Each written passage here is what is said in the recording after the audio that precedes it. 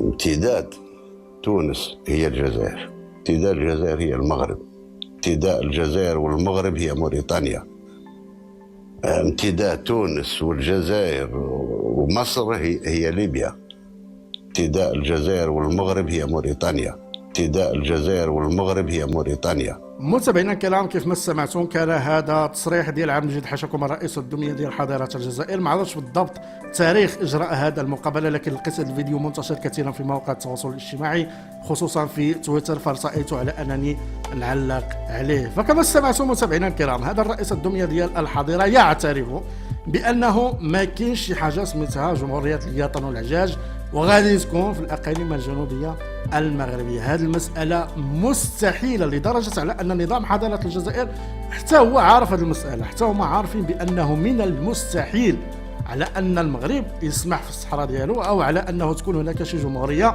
ديال مرتزقه البوليزاريو في الاقاليم الجنوبيه المغربيه. هذا اللي تكلم الان عبد المجيد حشكم، الخطاب ديال او العقل اللاواعي ديالو هو اللي تكلم الان. هما عارفين هذه المساله هذه، عارفين بانه ما يمكنش تكون هناك جمهوريه ديال مرتزقه البوليزاريو، ولكن هما كيستخدموا مرتزقه البوليزاريو فقط من اجل معاكسه المغرب ومن اجل تفريغ ذلك الحقد على المغرب ومن اجل تفريغ ذلك الحسد على المغرب. هما ما قدروش يوصلوا للمغرب وبالتالي يستخدمون مرتزقه البوليزاريو من اجل معاكسه المغرب فقط لا غير. اما هما في قرارات انفسهم عارفين ومأكدين بانه من المستحيل انه تكون هناك شي دوله ديال مرتزقه البوليزاريو في الاقاليم الجنوبيه المغربيه. وهو عبد المجيد حشكم كيعترف بها، كيقول لك كاين المغرب وحضاره الجزائر وتونس وموريتانيا. علاش ما ذكرش مرتزقه البوليزاريو؟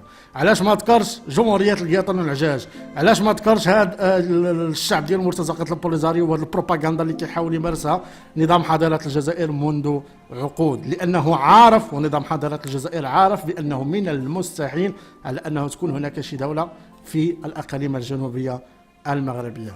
وهم يستخدمون مرتزقه البوليزاريو لشيئين: معاكسه المغرب واستنزاف الخزينه ديال حضاره الجزائر والثروات ديال حضاره الجزائر من اجل ملء جيوب الكبرانات اللي في اخر المطاف كيهربوا على برا وكيخليوا البوصبع كيتقاتل مع شكارات الحليب والسميد والزيت والماء وما جاورها من الامور.